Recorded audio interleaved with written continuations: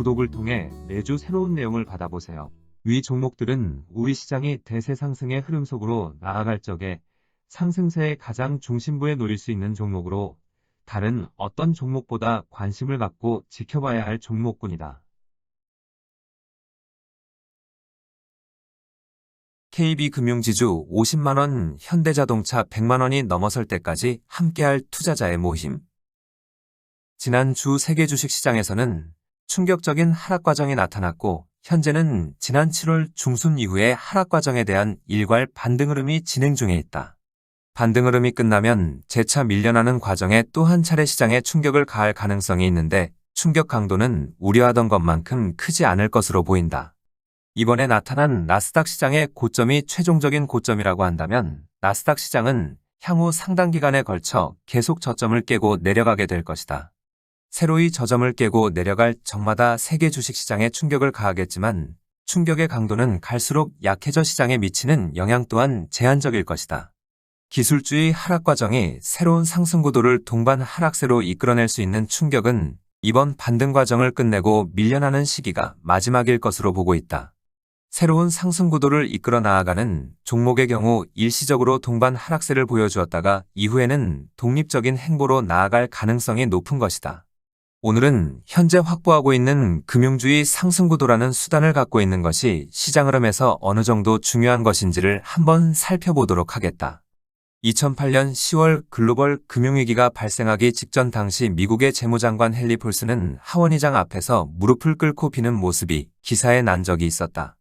글로벌 금융위기를 막기 위한 구제금융법안의 통과를 위해 하원의장에 간청하는 모습인데 법안 통과가 무산되므로 글로벌 금융위기로 이어진 바 있다. 2008년 10월 글로벌 금융위기는 먼저 미국의 대형 금융사들을 연쇄적인 파산과 파산위기로 몰아갔고 이런 위기는 유럽 대형은행으로 빠르게 확산되었다. 당연히 이 과정에 세계 주식시장은 10월 초순부터 1차 연속적인 폭락 과정이 나타났는데 1차 폭락이 끝난 후 이를 극복하고자 하는 움직임이 나타났다. 미국과 유럽의 대형 금융기관들의 연쇄적인 파산 위기의 몰림으로 다음 순서는 우리 시장을 비롯한 신흥시장으로 위기가 확산될 수밖에 없었다. 신흥시장까지 확산되면 세계 경제는 1930년대의 대공황 수준으로 접어들어갈 수밖에 없고 이 경우 어떤 수단을 사용하든 회복할 수 없는 상황에 몰리게 된다. 글로벌 금융위기의 파고가 신흥시장까지 확산되는 것은 결사코 막을 필요가 있었고 막아내려는 움직임이 2008년 10월 폭락 이후 나타난 것이다. 1차 연속적인 폭락세가 발생하고 난 다음 우리 시장에서는 조선업종을 비롯한 소흐름의 종목에게서 먼저 새로운 상승 기운이 나타났다. 2003년 3월부터 2007년 11월까지 4년 8개월 동안 세계 주식시장에서는 본격적인 경기 회복세에 힘입어 대세 상승의 흐름이 나타났다. 이 시기 세계 경제의 본격적인 회복세에 큰 힘을 실어준 것은 중국의 놀라운 성장세였고 중국을 중심으로 하는 신흥시장이 대세 상승세를 주도하였다. 우리 시장에서도 조선과 유화 그리고 철강과 건설 등 소위 말하는 굴뚝주가 중국 시장과 연동되어 놀라운 상승폭이 발생한 바 있다. 2003년 3월부터 2004년 4월까지 첫 번째 큰 장은 삼성전자를 중심으로 하는 IT 종목군이 이끌었고 두 번째와 세 번째 큰 장은 대우증권이 이끌었다. 조선과 유화 그리고 철강과 건설 등 소위 말하는 소흐름에 속하는 종목들의 경우 대세 상승에 진행하는 동안 전 기간에 걸쳐 상승세를 지속하였다.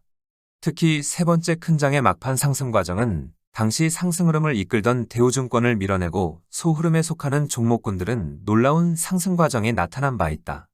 이런 추세적인 상승 과정은 2007년 11월 초순 이후 대세하락으로 전환되었고 대세하락의 과정이 진행하는 동안 글로벌 금융위기가 발생한 것이다.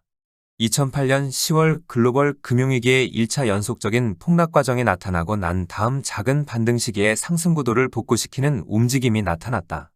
상승 구도를 복구시킨다는 의미는 글로벌 금융위기로부터 벗어날 수 있는 상승 흐름을 만들어내겠다는 의지를 담고 있는 것으로 볼 수 있다. 2008년 10월 충격적인 폭락 이후 우리 시장에서는 10월 하순 먼저 소흐름에 속하는 종목들의 상승 구도를 복구시키려는 움직임이 나타났다. 그리고 한 달 뒤인 11월 하순에는 증권주의 상승 구도를 복구시키기 위하여 당시 대우증권이 짧은 기간 130%를 넘어서는 상승폭이 발생하였다. 향후 증권주를 전면에 내세우려고 한다면 이 시기처럼 미래에셋증권에게서 여타 증권주의 움직임과 관계없이 17,000원 전후까지의 상승 시도가 필요하다. 증권주를 전면에 내세우려고 한다면 미래에셋증권에게서 이런 상승폭이 나타나야만 하고, 이런 모습이 나타나면 의지를 드러내는 것이 된다. 그리고 2009년 3월 위기를 극복하고자 세계 주식시장이 일제히 상승세로 돌아서는 시기 IT 종목군의 상승구도 또한 복구시키는 상승 과정이 나타난 바 있다. 그리고 바로 이 시기 현대자동차를 중심으로 하는 자동차 관련주까지 상승세의 전면에 내세우려고 하는 움직임이 나타났다. 현대자동차를 중심으로 하는 자동차 관련주의 경우 첫 번째 큰 장이 끝나고 2004년 7월 이후 두 번째 큰 장을 이끌 수 있는 준비를 끝낸 적이 있었다. 그렇지만 중도의 자동차의 상승 구도를 포기하고 2004년 12월 당시 대우증권을 전격 상승세의 전면에 내세워 두 번째 큰 장은 대우증권이 이끌었다. 글로벌 금융위기의 상황이 워낙 엄중한 사안이라 가동되지 못하고 가동시키려고 노력한 상승 구도까지 모두 복구하는 모습이 이 시기 나타난 것이다. 글로벌 금융위기가 신흥시장으로 확산되지 않도록 사전의 준비를 철저히 갖추고서 2009년 3월 강력한 형태의 유동성 장세를 출발시킨 것이다. 이 결과 2008년 10월에 발생한 글로벌 금융위기는 미국과 유럽으로 빠르게 확산되었지만 우리 시장을 비롯한 신흥시장으로는 위기가 직접 확산되지는 않았다. 이 과정에 눈여겨봐야 하는 것은 위기를 타개하고자 보여준 행보가 강력한 상승 과정을 만들어낼 수 있는 상승 수단을 먼저 확보하는 모습이다. 이런 수단을 확보하고 있다면 글로벌 금융위기라는 전대미문의 충격적인 폭락 과정이 발생하더라도 이를 극복할 수 있는 상승 과정을 만들어낼 수 있다.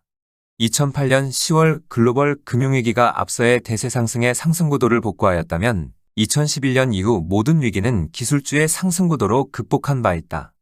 2020년 3월 발생한 코로나19 사태에서도 충격적인 폭락 과정이 발생하였지만 당시 구축한 기술주로 인하여 강력한 유동성 장세가 만들어진 바 있다. 그리고 현재 세계 주식시장의 흐름을 이끌어 나아가는 집단은 자동차와 금융주라는 강력한 상승 수단을 이미 확보하고 있는 상태다. 특히 금융주의 상승 구도는 시장에서 구축할 수 있는 상승 구도 가운데 가장 강력한 상승 과정을 만들어낼 수 있는데 이런 수단을 확보하고 있는 것이다. 이들 상승 구도를 가동시킬 수 있는 미국의 대형 금융주인 JP모간 체이스와 골드만삭스는 이번 하락 과정에서도 별다른 흔들림이 없다. 당장이라도 상승 구도를 가동시킬 수 있는 시장 위치에서는 한 발 물러섰지만 상승 구도를 가동시킬 수 있는 시장 위치는 흔들림이 없다. 참고로 JP모간 체이스와 골드만삭스가 상승 구도를 가동시킬 수 있는 시장 위치를 잃어버리려면 21년 최고점을 큰 폭으로 깨고 내려가야만 한다. 이번에 나스닥 시장은 고점에서 16%에 가까운 하락폭이 발생하였지만 JP모간 체이스와 골드만삭스는 제한된 하락폭에 그치고 있다. 짧은 기간 강력한 하락 압력으로 제법 크게 밀려났지만 상승 구도를 가동시킬 수 있는 시장 위치는 전혀 흔들림이 없는 모습을 보여주고 있는 것이다. 중요한 것은 한 발 밀려남으로 준비를 갖춘 상승 구도를 어느 시점에 가동시킬 수 있느냐 하는 점일 것이다. 새로운 상승 구도를 가동시키는 것과 맞물려 기술주가 상승세를 마감하는 모습을 보여줄 경우 기술주의 하락에 대한 충격을 최소화할 수 있었다. 작년 1월 이후 나스닥 시장의 반전 흐름을 주도한 엔비디아는 가파른 상승 과정으로 반전 흐름을 마감하면 강한 하락 압력이 나타날 수밖에 없었다. 나스닥 시장의 작년 1월 이후의 반전 흐름을 마감하는 하락에 대한 충격을 최소화할 수 있다는 점에서 이런 선택을 할 것으로 기대를 갖고 있었다. 그렇지만 어떤 이유에서인지 상승 구도를 가동시킬 수 있는 기회가 주어졌음에도 주저하는 모습을 보여주다 동반 연속적인 급락세가 발생하였다.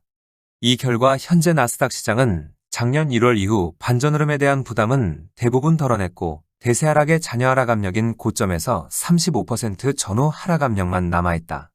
앞서의 글에서도 언급하여 드렸지만 나스닥 시장 내면에 잠재된 35% 전후의 하락 압력은 급한 속도로 저점으로 접근하려고 하는 하락 압력이 아니다. 작은 상승과 큰 폭 하락을 반복하는 형태로 계속 저점을 깨고 내려가는 방식으로 최고점에서 35% 전후 하락폭이 발생하는데 상당한 기간이 필요하다.